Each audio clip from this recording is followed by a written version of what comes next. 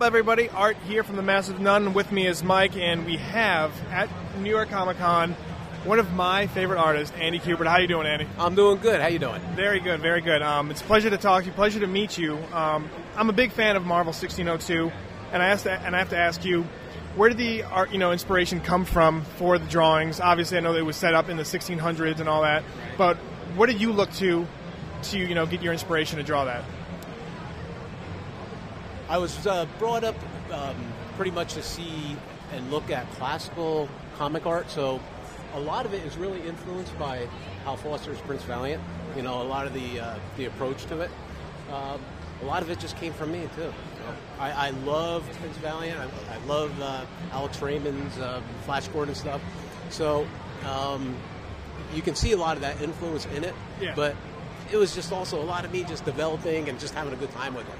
Which was the funnest character to, in 1602, for our listeners who might not know, it's set in an alternate universe, and it's set back, with like Peter, instead of Peter Parker, it's Peter Parkour, and it's, what was the favorite character you to draw that, you took a little twist from, obviously from the normal universe that people know?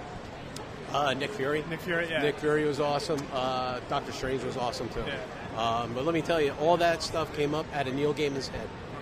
All the whole backgrounds for those characters, the looks, not really looks, but we went back and forth on those characters and character designs, and a lot of that, Neil had a lot of influence on that too.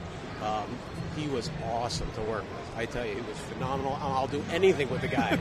And we worked on the Batman stuff, the whatever happened to Cape Crusader, and we have a really good working relationship together. Very cool. Now, your dad, Joe. Was there any influence, or did your dad say, "All right, you guys, you're going to start drawing comics"? How did that kind of evolve for you and your brother?